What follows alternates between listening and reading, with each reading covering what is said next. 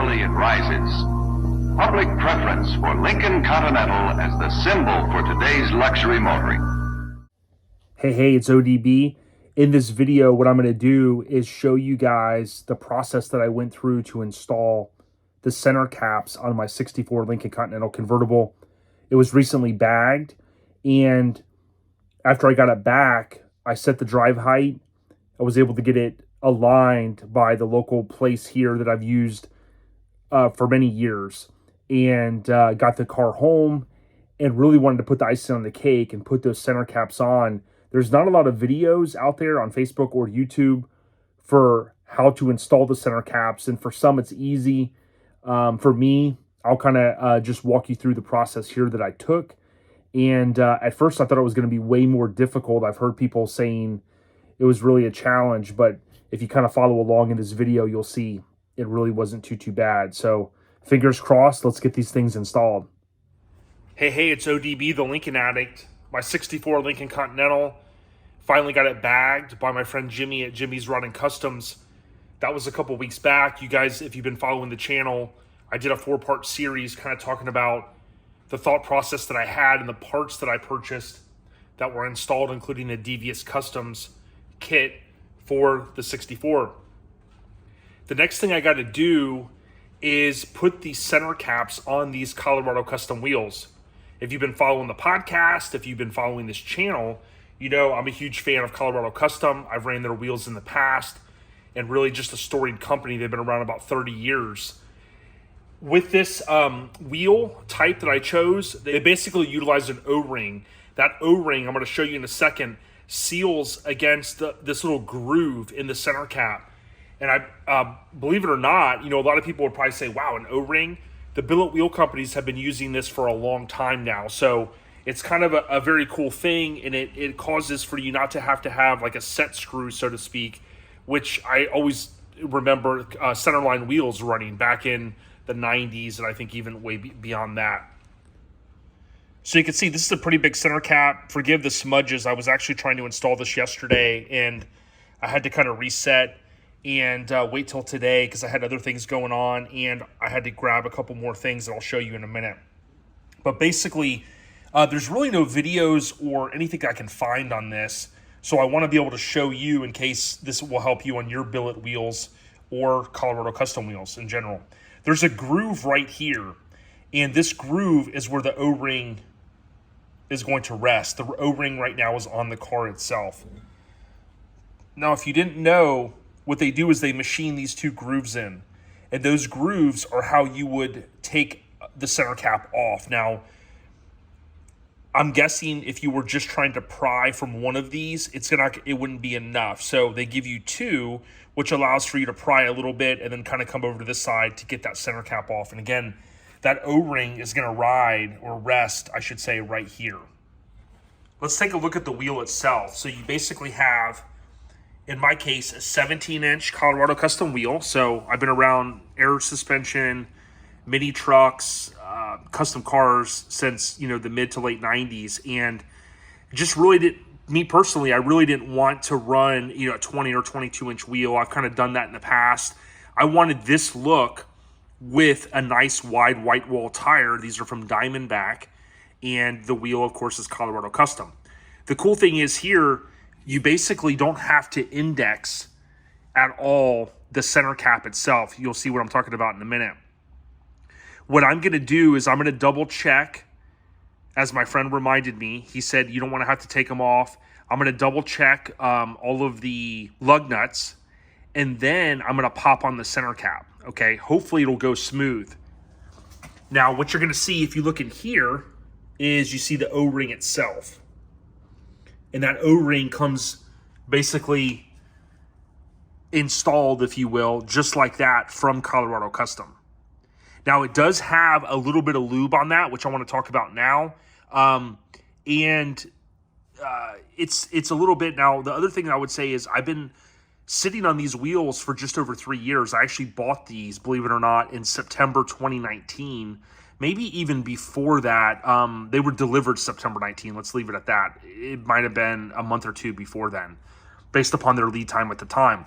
So even if you just got a set of these and you tried to put the center caps on, you're probably going to find what I've heard, what I've read, is they're kind of a biatch, right, to put on. So that's what people will tell you, not just for these wheels, for other billet wheels as well. Again, the billet wheel companies have been utilizing this setup with an O-ring for a very long time.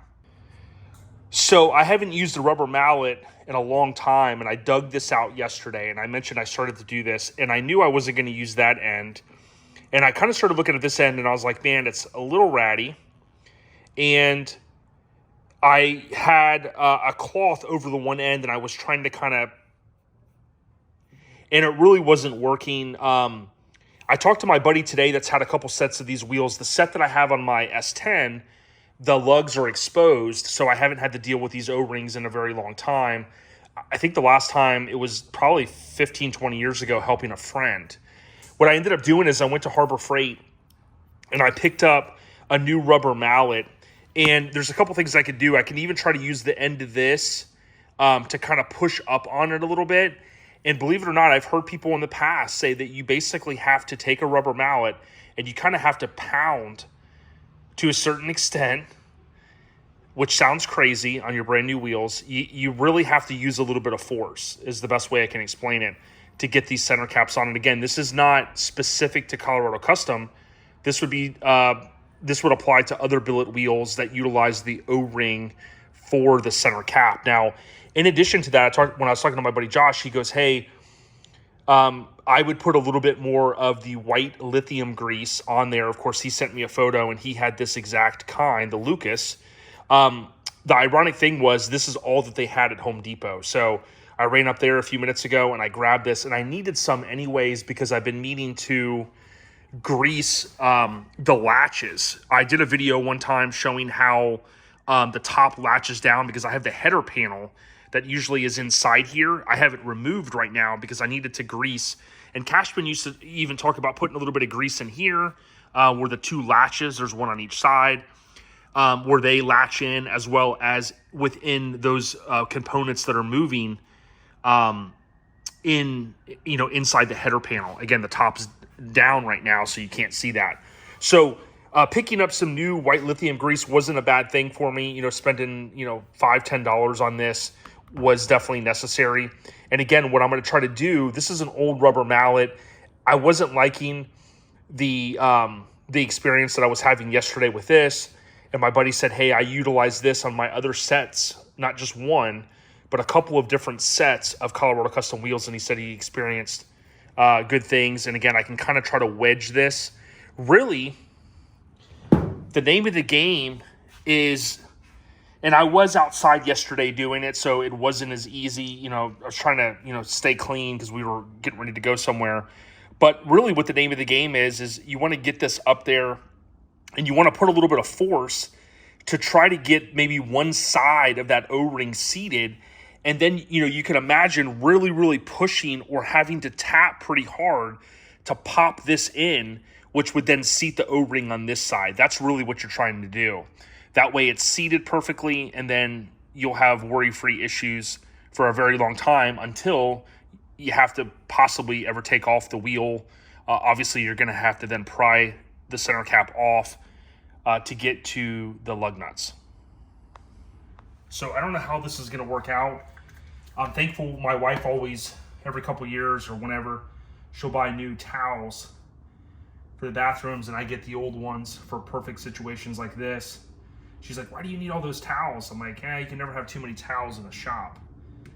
So what I'm going to do now is I just checked all the lug nuts. I think it was 13/16 socket I have to use for the Colorado Custom, so the bore there to be able to get to the lug nuts. Of course, I have an impact, but I didn't use it to snug up. What I did is I took my torque wrench and just basically got them snug.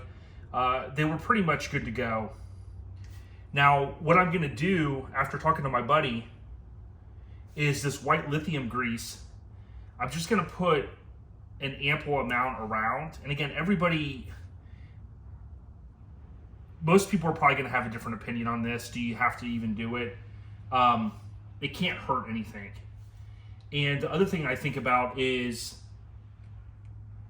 again, I did searching on YouTube and Facebook just to kind of see what other people have said about, getting hubcaps off, or center caps rather, on billet wheels. And I could only find one video, and it was a different center cap. Colorado Custom used to use more of it looked like a hexagon on the outside, and there's a little tool that you have to use. And I was looking at that video going, man, I would not want to do that. It's a pain, and you have to be able to pry and get the center cap off that way. And I thought to myself, the one good thing I got out of that was thinking to myself, man, I don't have to do that.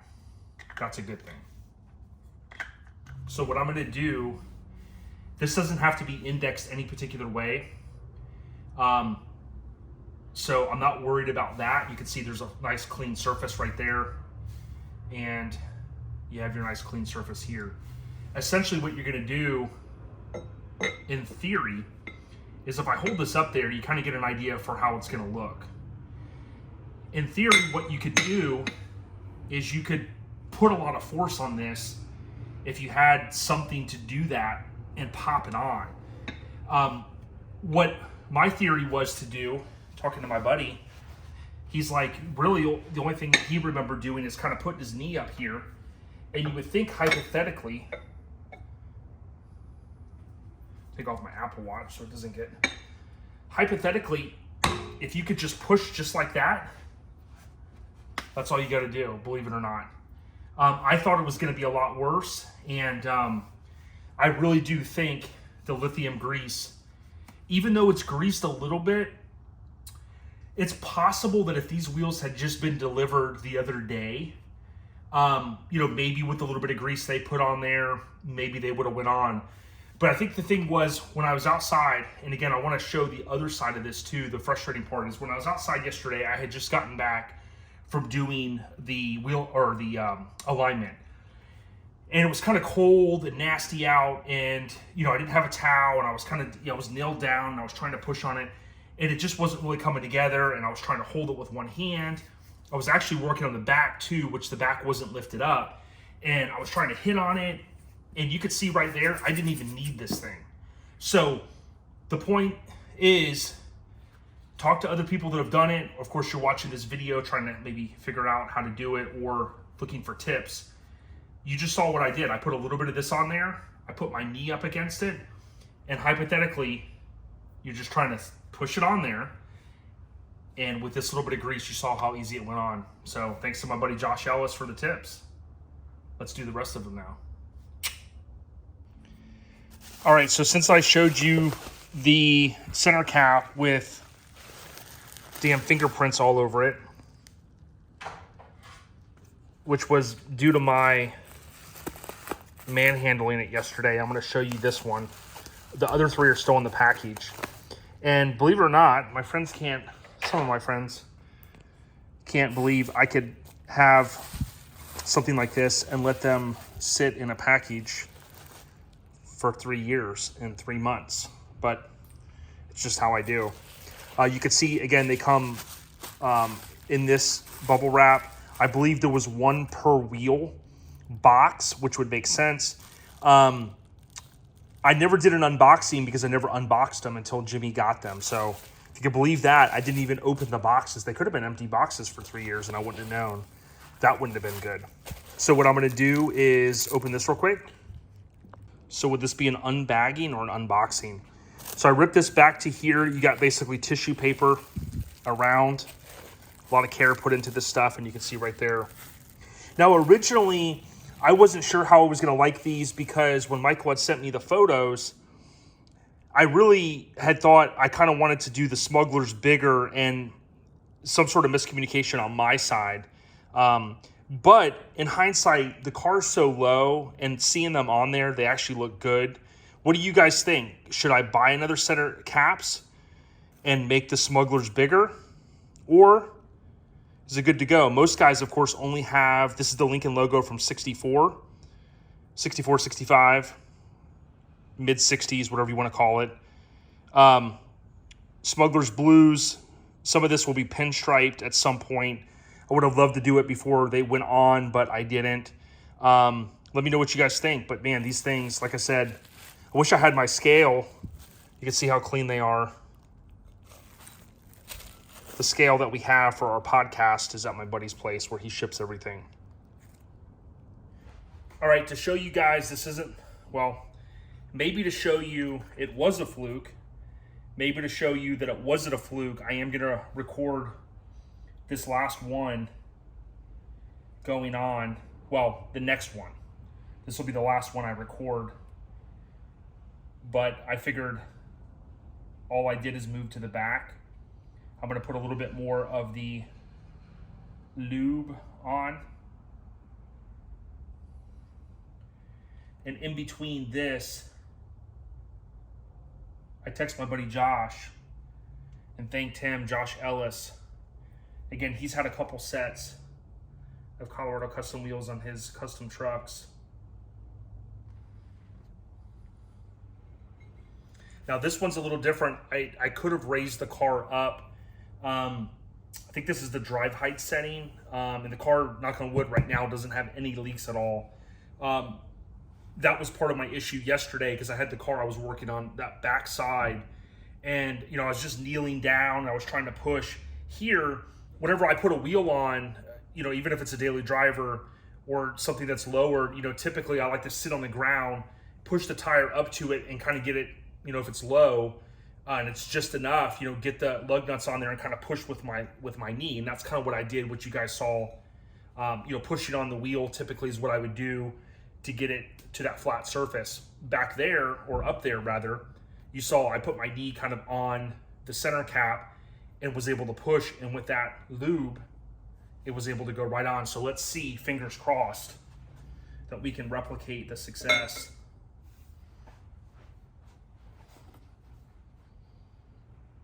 So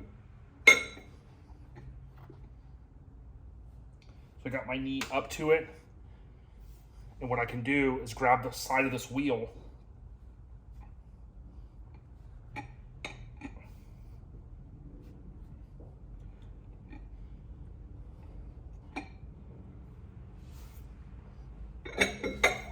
I'm going to put a little bit more lube.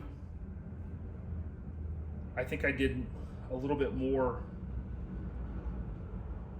on that other one. Now you could say, well, hey, isn't the lube going to cause it to come off? No, because once it's seated on there, it's not going to just pop off. In theory, right?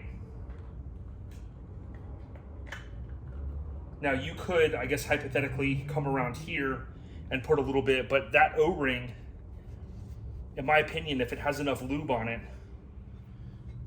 it should go on. And again, if you had some sort of way to put force on this, the front, with it being higher, or, you know, with me being able to grab more wheel, I'm grabbing on the treads on the left side. I just don't have the same amount of force I can put on this. And this is maybe where the hammer's gonna come in, the mallet.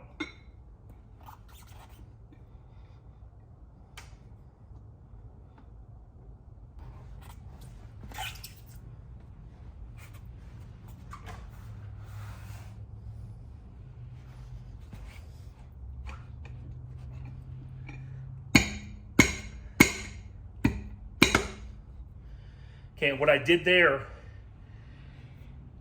with the car being low, again, I could have started it or turned it on and raised it up a little bit.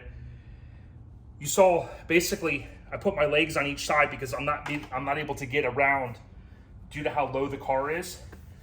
I'm not able to get the same grip up there as I had with my one arm. So what I did was I put my legs here so I had more pull. I pushed on it, and you saw I kind of was able to, without using a mallet, I was able to use my hand and it squared away. So not as easy as the front. If I lifted the car up a little bit more, I could get a little bit more pull on this tire. I think I could have wedged it on easier.